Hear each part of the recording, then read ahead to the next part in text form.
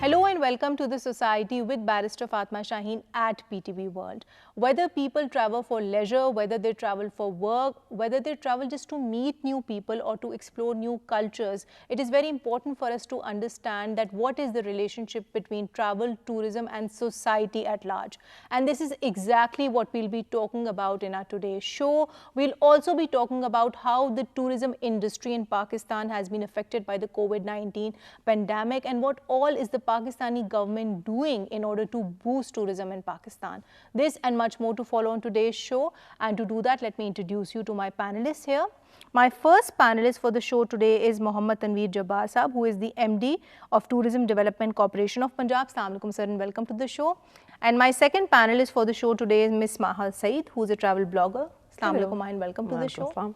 And my third panelist for the show today is Fakir Sayyid Saifuddin Saab, who is an art historian and director of Fakir Museum, Lahore. Assalamu alaikum, sir, and welcome to the show. Sir, I would like to start the show with you, something which I made mention of in my introduction as well, that, this government has been very focused on promoting tourism in Pakistan, so to speak. And in this regard, you've, of course, also been working with the government as MD of TDCP. So tell us that what all have you been doing as MD of, TDCP to promote tourism locally in Punjab?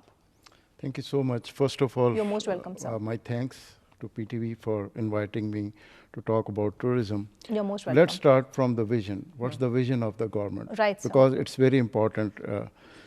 The vision given by Prime Minister is to promote high-end tourism and generating more employment and enhancing revenues. So this is one-liner vision. Right, and under the leadership of Chief Minister, we are trying to implement this vision. Right. So under this vision, first of all, Tourism Development Corporation was established in 1986, but unfortunately there was no roadmap, there was no policy. So in 2019, we have a first policy of Punjab. This was after you came into power, basically. Yeah, exactly, during this regime. So it was the first time the cabinet approved this policy, and there are three important ingredients of this policy. Okay. The first one is institutional reforms. The second one is regulatory, and the third one is investment. Right, sir. So what we are doing on institutional reforms, because I think that institution is the most important. Of course, because everything stems from that. Yeah, exactly. So what we are trying to involve to restructure this organization who can support private sector, because we believe that public should provide all infrastructure and the investment should come from the private sector. Basically, you are all for the public-private partnership. Right, sir, I get that, but I would also want you to practically highlight, because the show is about the society. I will come back to this, I've made a note of that. But I would want you to tell us about the various projects that you're doing for the common people out there, like the double-decker buses you've started in Lahore, or for that matter, these online very interesting tourism apps I was reading about, and then the fact that you've also had this, alternative tourist location to Murree. Yeah, exactly. You're right. You know that there are only few popular places in Punjab particularly. Right, we are talking of Murree and Lahore and all these things. So everybody rushed to Murree. And there are so many problems in Murree. So there was need to establish an alternate destination. What we have done to establish a zone there, it's called Northern Zone. So the basic purpose of this zone to lessen the load of Murree. And to establish another destination, which is called Kotli Satya. Right, and this is even welcomed by the people of Kotli Satya, because tourism brings prosperity. Of course, sir, and I think it just doesn't bring prosperity. It really helps you in strengthening the economy and so many other social, I think it's a very important form of social inclusion, to which I would come to you, sir. I think it's very important for us when we talk about tourism that, we talk about it in a very holistic concept. Be it inclusion of people who are differently abled, be it accessibility of the common man. So how do you feel can we make tourism and travel more inclusive and accessible in Pakistan? Well, Fatma, I have my own experiences in tourism. So, since I was very young, I've been operating the tours with the help of my mother, my father, and everything. Tourism is, as Jabbar Sahab has said, tourism is very, very important. And this government is focusing on the modern tourism also. Right. The government has a beautiful plans to execute and they wanted to explore some new tourism resorts in Punjab. Right, sir. And there have been quite a few policies to that regard too, about which we'll talk. There is a big potential in tourism. So the young people can join us. Young people can, you know, they can step forward, and the government should take the young people as a. The government is very keen to do that. I think I will government be is asking very about keen. the youth tourism, but I think people like yourself, I think you have a different kind of a, you know, junction and narrative of tourism, because you are running this amazing Facebook page where you're connecting basically, I stand corrected, women on Facebook pages and Instagram so that they can travel. So I think she also has a very interesting dimension to add. So how do you see the trends evolving over time, Maha? The platform that I have is basically women, now South Asian women, kind of connecting together, helping each other out. And there has been a trend of them now traveling alone within Pakistan, right? That has kind of increased in the past 5 years. And that's essentially because the government has made it a bit easier for all of these other places to be a bit more accessible, right? Now there are flights going directly to Skardu, there are flights going directly to Gilgit, and that makes women feel a lot more safer, safe and right? secure. However, with tourism in Pakistan, which I would kind of compare to my experience for traveling outside of Pakistan, is that, you know, businesses all over have overhauled their model, right? They're now kind of skewing everything to the younger generation, millennials and Gen Z. They're the ones who are kind of spending. I think travel bloggers and travel vloggers have also taken the market that way. And absolutely they have, right? They're the generation who are now spending on experiences. And they are the ones who are being hired to actually promote tourism. Absolutely, which is, I think, a very intelligent way to do it, because I think you have so much following, so many people follow you, that it's a very smart way to go about it that way. But when we talk about, you know, reasons for women to travel, when we talk about, you know, why women generally would want to travel, how do you see that evolving over a period of time? Because from my experience, of course, as being a woman traveler, you know, so to speak, I think they are very varied. They are very varied, and I think security and safety is something that we cannot talk about enough, right? Unless you make public spaces safer for women, there's no way that that's going to be achieved at all, right? For them to get on public transports and do it. So it's not, travel is not just kind of limited to only a handful of women in a certain strata of the society, but kind of, you know, available at large, where they can get into buses, they can get into trains, they can go to places where they don't have to rely on their male counterparts. Right. So you would want to add something to that? Yeah, we have an Institute of Tourism and Hospitality, and I'm very glad to let you know that we have 60% women who are participating in these courses, particularly hospitality courses. Right. And secondly, we have a fleet of tourist guides. This is first time happening in Pakistan that we have female tourist guide. We have 5 female students who are doing studies in air ticketing. I would come to you, sir. You own this very amazing living museum, so to speak, in which we have seen so many relics, and you know, each relic has a story of its own.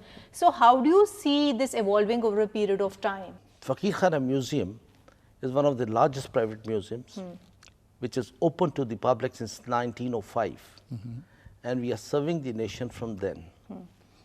My forefathers, the museum history goes back with my family history, and my forefathers, you know, they were pure Lahoriites. They settled in Lahore in 1730, and it was downfall of Mughal Empire, and you can see the Afghanis are coming to, you know, the attacks of Ahmad Shah Abdali, and every year they used to come to Punjab, and they looted Punjab and go away. So it was an anarchy period. And my forefathers, they established a hospital, school, and a publishing house. Right, sir. So that publishing house, you must keep in mind, in those days we don't have the presses around. So they used to rewrite the books. So they have to travel a lot to gather the orders, you know, and the supplies. So that publishing house was the basic core of a collection. So they collected around 10,000 manuscripts for themselves. Right. So that is the basic of Fakir Khana Museum. So then it comes the period of Maharaja Ranjit Singh, and my forefathers, they were in the court of Ranjit Singh, and they They collected a lot of art. And they were gifted quite a few things by many releasing it. things, Right. and they've been commissioned art. For which we'll come to your, basically Haveli to see that, sir. But when we talk about, cultural tourism, because you're adding that narrative to my show today here. So how do you see that in itself changing? Because I at least feel as a young person in Pakistan that, unfortunately young people are not as connected to their roots as maybe people like yourself are, people from your generation.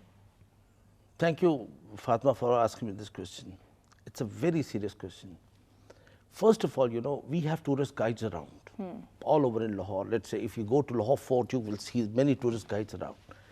First of all, the institutions like, the Tanveer Saab's institution, they should give them a lessons and they should be properly trained. This is my request to the issue. So the tourist guide should tell the spirit of the land, spirit of the place. He should know the original stories. And without taking your visitor to bottom line, you cannot have any impression on the tourist. So I think in this regard, it's very important for us to mention that, there are these very interesting museums in Sweden. I was reading up about it, and you've had the benefit of going there actually, which actually narrate, the history of that particular museum. When visitors come in, they act out all those events which actually happened so that, visitors can learn them in a very interesting way. So can we not have something like that here? Sure, why not? Actually, nowadays, if you think about to build up a museum like Lahore Museum or a Fakir Khana Museum or National Museum Karachi, you can't do it. It's impossible to do it. The entire focus of museum has been changed from showing to knowing. So what we are doing now, we are designing the museums on the dioramas. Like we are sitting here and we can create the history again. I do remember that there's a Pakistan monument in museum in Islamabad. Right. And you can visit this Army museum. It's wonderful. They have done beautifully and they're trying to explain the history. So whosoever stand in front of the diorama, he can understand what is going on there. And coming to you, I think it's very important that we take this whole conversation in the context of COVID-19, because this is a pandemic that we are living through, sir. So what changes did TDCP make in its tourism ventures and all the strategies it had, all the projects it was doing when the pandemic struck it? We have a program, it's called Youth Awareness Program. Right. What we are doing in colleges and schools, we have a presentation for them. We just let them know what's tourism, what are its types, and what are the options available for their employment in this sector, and what are the socio-economic benefits, why our Prime Minister has a focus on this. And after that, we have an interactive session, and we involve them in clean and green Pakistan. Right, sir. And after that, we take them to visits from museum and everything. And as he said, that most important person is tourist guide. Because he has to give the story to make you feel like that. So coming back, you have a question? Yeah, Please. So to which I actually add, it is imperative that we empower local businesses. Absolutely. And local, there's so much music, art, theater that's happening, and you have to combine the two, right? We're completely reimagining how we're doing museums, how we're doing these experiences. Now, if you know that Van Gogh exhibit that has gone really live, they've used light, and it's like watching your favorite artist live in concert, right? So it's imperative that we kind of use your artists, your local musicians, your local, graphic designers to kind of come together and create that, reimagine that experience altogether. Right. So basically, sir, we were talking about COVID-19 and tourism, and I was, reading your website where it was stated that you've been following all these SOPs during the, pandemic. And of course, we all know tourism itself has been completely revamped, not only in Pakistan, in fact, all over the world. So how has that change been with TDCP? Tourism was going with accelerated speed, all over the world. Pakistan was becoming famous all over the world. But unfortunately, this disease destroyed all our plans. But what we have done during that period, Tourism Development Corporation has its own resources, generate its own revenues. Government doesn't provide us for salaries. So we have shortage of funds, but during that time, we digitalize all our system. Okay. And when after there were no restrictions, What we have done, it's an increase in income of 178%.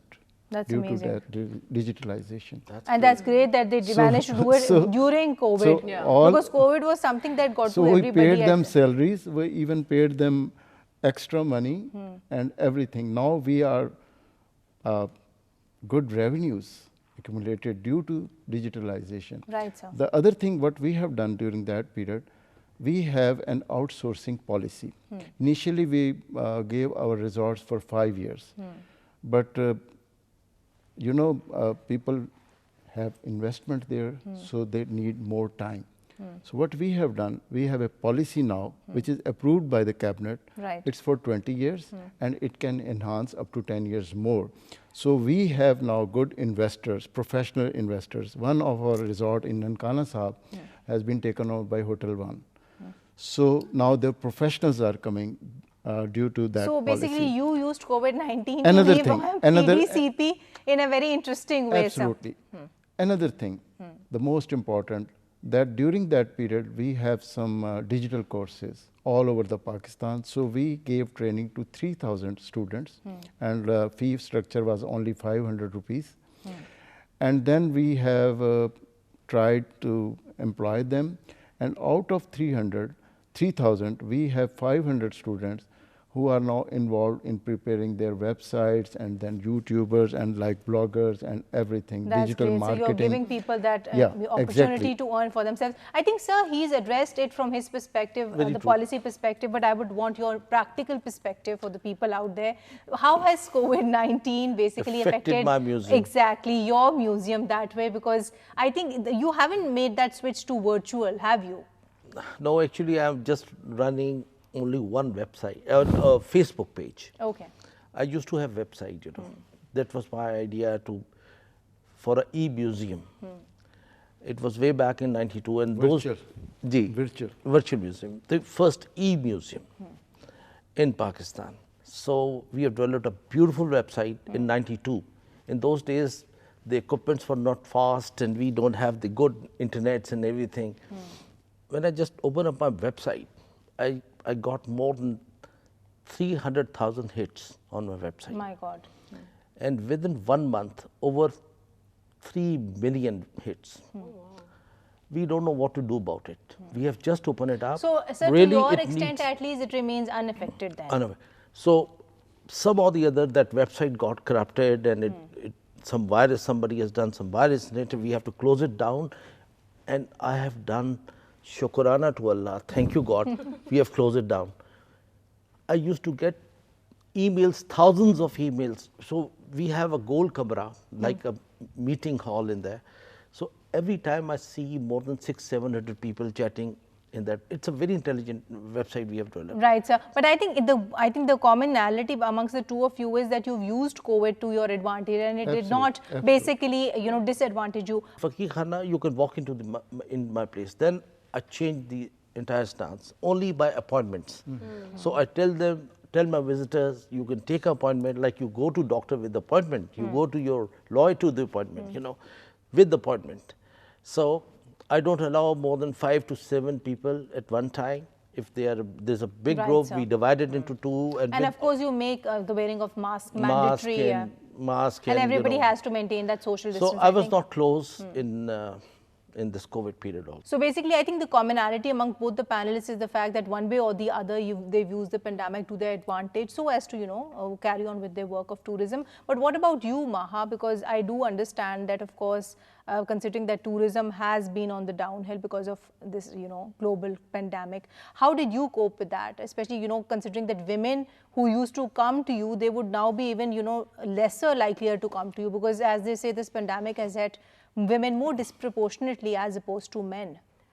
Interestingly, so when we started the group, it was going great, and then COVID happened, and then obviously so we started it, and then COVID happened, right? So the timing was wrong. Yeah, and then of course we didn't know, right? So, but then that space automatically became this hub to almost dream, right? What it would be like to travel during or after, whenever this ends. But it has really allowed us to kind of improvise. And travel has become more unpredictable than ever. Before, I had 3 of my own trips kind of get cancelled, And I right? think the focus of the travel, Maha, that has really changed. Yeah, Because now yeah. people are preferring to travel domestically as Exactly. opposed to So going that's what I was going out. to say, because now, because people can't go, even women have kind of now turned towards exploring at home, right? And that's Yeah. what most people have been doing all over Which is, the of course, world. good for domestic Which tourism. is great, which is great. Of course, at some level, I think it posed some threat to areas like Gilgit-Baltistan, who were kind of having this influx of tourists all of a sudden now coming in, and climate-wise. No, but I think the positive side is also but the positive side is that you get to see those parts of Pakistan which you otherwise might not have seen, because you're so used to catching a flight and leaving and the new country tours that way. started to prop up, Right. trying to go even towards Karachi, outskirts of Karachi, the Cholistan Rally. Hunza has been so popular. Yeah, absolutely. And Hunza is one of my favorite destinations in Pakistan. So I feel like people have really started to go out and discover that, hey, Pakistan has a lot of, so much to offer. Of course. And I always say this, that there are hubs that, for example, there's places in Lahore, there are places in Karachi, that if have the right kind of capital, that have the right kind of infrastructure, would be no less than any other destination.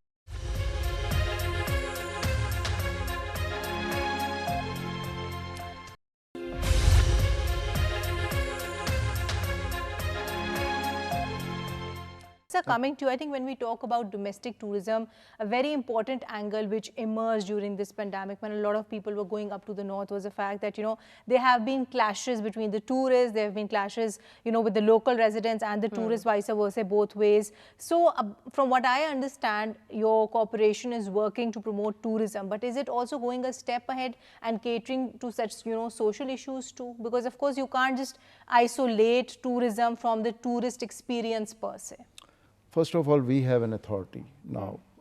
It's approved by the cabinet, and we are in the process of establishing authority. So it's all come under the purview of that authority. The other one is we have acts. It's Tourist Guide Acts, Travel Agent Act, Tour Operator Acts that were obsolete. So we have updated all these. Third, we have a police court for the tourism. Right. So government had provided a scheme for that, and we are now in the process of doing that one. So all these three merge will, lessen the social issues. But the question is that we have to decrease the rush of the people on the popular sides. So you have variety of things. I would beg to disagree with you on this, because I think the infrastructure itself, that is something that needs to be, worked on, and also the regulation. Like if people from the hotels, if people in the shops or otherwise are misbehaving, there has to be some kind of, a stricter law enforcement that way. Yeah. So I think when you are doing this amazing work of promoting tourism, these are the experiences, these are the things rather that you also need to work on, because the customer experience is very holistic that way. We have a Department of Tourist Services. Okay. Now it's very active. Okay. They are now starting registration all the hotels in Murray and all these areas. Okay, great. And now we have certain rules and regulation which were not active in the past. So basically, so we are you doing are implementing work. those Yeah, rules exactly. in That's letter why and I spirit. said that we have regulatory reform. You have regulatory So rights. about heritage. In Punjab, we have 40% heritage, we have 40% religious, and 20% nature. Nature, we have Murray and Kotli Satya, and in the south, we have Fort Monroe. That's it, what we have. Then we have desert in the Bahawalpur. It's our Cholistan Desert. Heritage is the most important thing. Now, the shape of heritage is changing with the passage of time. Now, as he said, that it's now heritage should be activity based, like Wall City is doing in Lahore Fort. Like museum, it's the informal educational system. Right. It's the informal education system. Now we are focusing on that. How we can, rather than just focusing it on as a sightseeing, tourist site or something like that. Give them awareness about the heritage sites, about the museum. Right, sir, your point is noted. But coming to you, sir, I think since we are talking about, this whole travel tourism in the context of the society, I think it's very important for us to understand that when we talk about travel and tourism, we need to understand its link with, preserving our local and cultural heritage. So how precisely can we use travel to do just that? The basics of the tourism is all about. It's not you go to Murray, you enjoy the good weather and come back, having good dinners there and come back. It's not about that. Wherever you travel, you learn a lot. and heritage is there to give you learning. See, if you go to Valley of Sunskesar, there's a thousand stories are scattered over there. Right. The oldest civilization is right up there.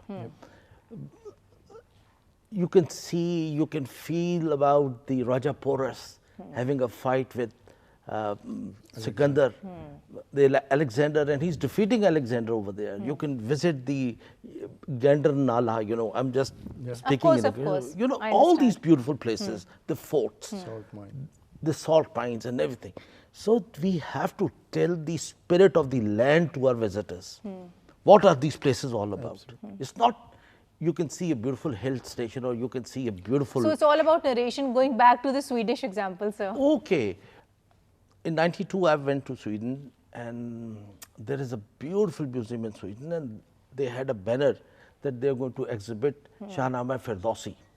And I was a great fan of Shahnameh Ferdowsi. I read it Shahnameh Ferdowsi in English, it was a translation, but I know all these stories. So I was very excited. So I contacted the curator of that museum that my name is Fakir Saifuddin, I'm from Pakistan and I own my museum and I'm very much interested. So he invites me as a guest. Okay. I don't have to pay the ticket. The ticket was very high in those days for only Shahnameh Ferdowsi. When I went there, what was my experience? I like to share it with the panelists and definitely with you. So it was an empty hall, a big, huge hall, and there is one poster of a painting of Shahnameh Ferdowsi that Nausher van Adil is sitting in his court and nothing else. I was very disappointed. That how can it be so empty that way? So empty. The people are standing there, they were, and I was standing there, I don't know what to do about it. I need somebody to tell me what is going to be done about Shahnameh Ferdowsi. So a young lady with the red sweater, she came out, she stand in front of the painting and starts singing a song in Swedish language. How interesting, yeah. So I know the story of that painting. I can understand that she is singing about the. But it was the song which made you put everything into context. Sir. She got a very melodious voice, and what she done, she start walking, and we start following her, and she took everybody to another room, and there is a stage. Entire painting came live. Right, sir. But coming to you, Ma, would you want to add something to what sir has said? I think we need to understand who your target audience is now, right?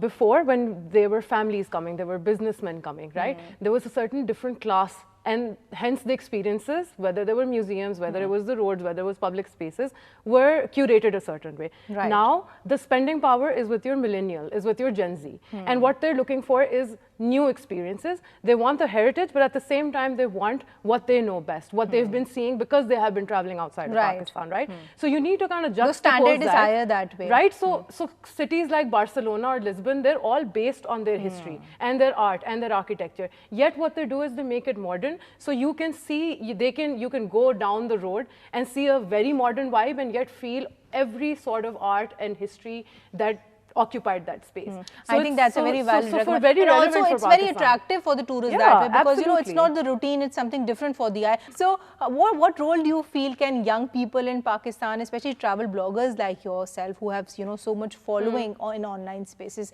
can they play to promote tourism? I think online spaces has completely changed the narrative. Before, you would see all of these governments kind of telling you of what the experience of coming to the place is like, right? But now each and every person who now travels has a voice who can really tell you the ground reality of it. Right. So you can create the narrative, oh, we're very safe, oh, we'd like to wear a certain way, we have all of these, developments. But then when people go there, they will have that voice to come out and tell other people about it, right? To the effect of travel bloggers, I think there's a lot of responsibility on their shoulders to truly give the right picture, because when somebody's spending their money, when they're kind of getting out to fact check and not let fact it be check, biased, because I have absolutely. seen a lot of bloggers, they just, it's for them it's a sponsored post. It's a sponsored post, so right? they give the wrong narrative that way. So I think in this way bloggers, vloggers, they need to be very responsible, because you are there to change, to make or to break perceptions that way. So are you engaging bloggers or maybe young people that way to promote all the wonderful work that you are doing? Yeah, exactly. For particularly our events, Right, Chodistan Jeep Rally, we have a lot of bloggers from Pakistan and abroad. And on Youth Tourism Day and World Tourism Day, we have all the bloggers, and we also engage them, but they are playing very positively. Right. I think in that way, marketing is also very rightly done, because I think half the thing is marketing your product rightly. I think what we really need to learn about marketing is what, say, Turkey has done, say what Malaysia has done. The way they have made it larger than life. They have their own problems, by the way. It's not to say that I wouldn't travel to Cape Town. Absolutely would travel to Cape Town, right? But they have kind of really highlighted the way they projected that value addition to my dollar, right? Every money that I will spend, what experience I will get It's about back. basically branding the destination, Absolutely. so to speak. But sir, coming to you and coming towards the conclusion of the show, I think it's very important that we talk about the work of the government per se, what all that they have done. So what do you have to say about it? That, we do know that this government particularly has been very focused on promoting tourism, but overall, when you look back and you analyze, what more do you feel can be done? We started from policy. Right, sir. And this is the first government who gave ownership to this sector. Right. This is first time happened. Very true. And ownership from the top level. We have a National Coordination Committee for Tourism, which is headed by Prime Minister of Pakistan. Every month we have a meeting, and we have to complete our work before that meeting.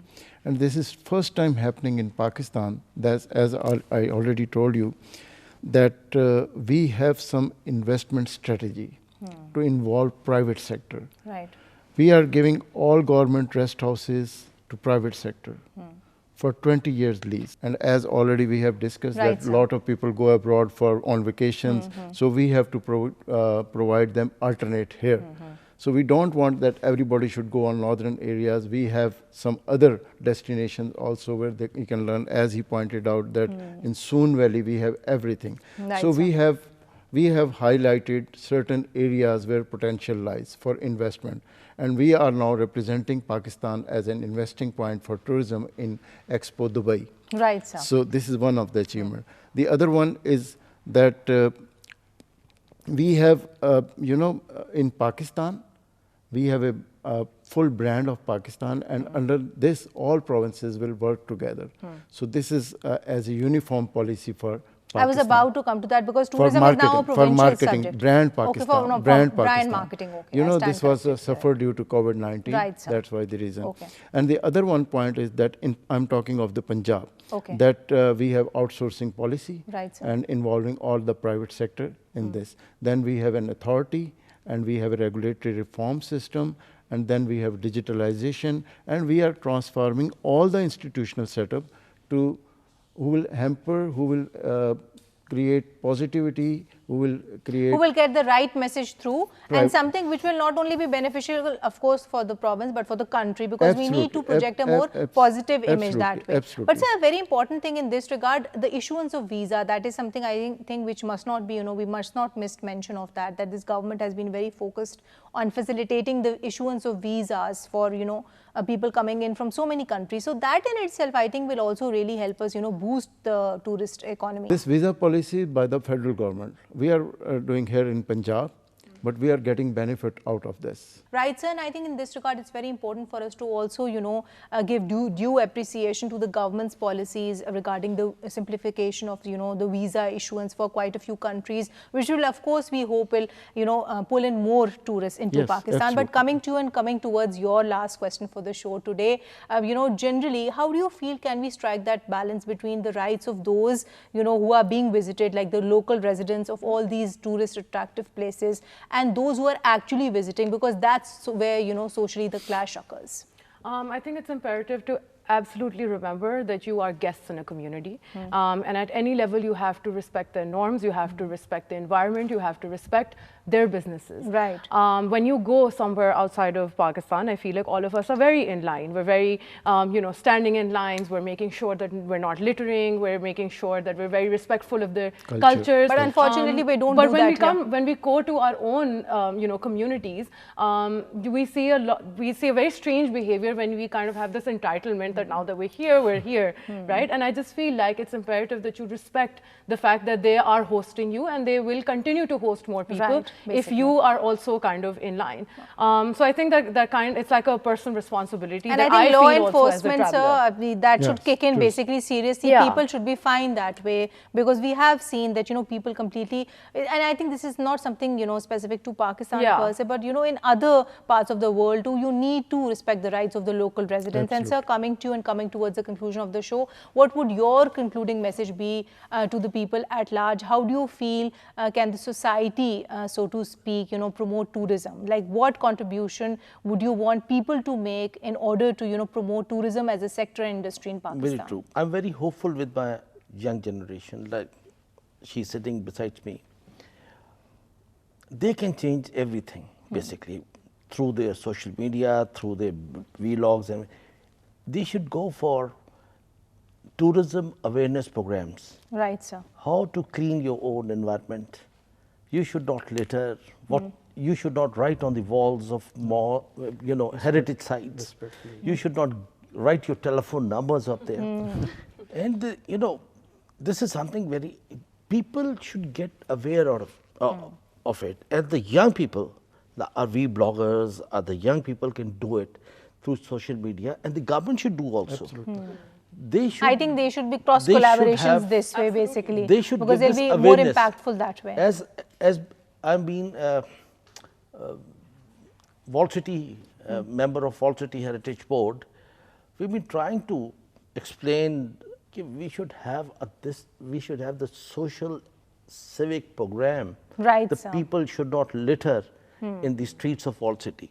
Sir, just not litter, I think generally respect the people there, because of course if they are allowing you to come into their space, it's only fair to, let their space be respected that way. So I think it's a very fine line that we need to draw, and it's something we need to work on. We have to build up this bridge. Right, sir, your point is noted. On that note, I would like to conclude today's show. Thank you so much, Sir Tanveer. Thank you so much, Ms. Maha, and thank you so much, Fakir Sahab, for being here with us today.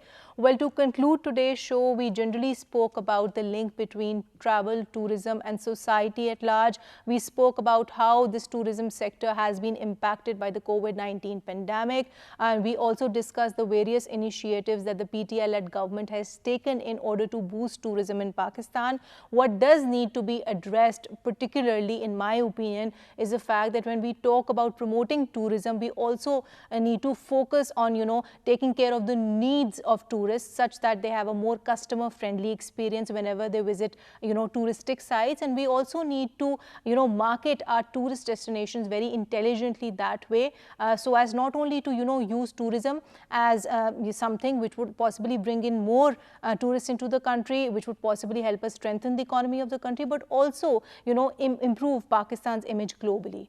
On that note, signing off for today. Until next time, take care and Allah Hafiz.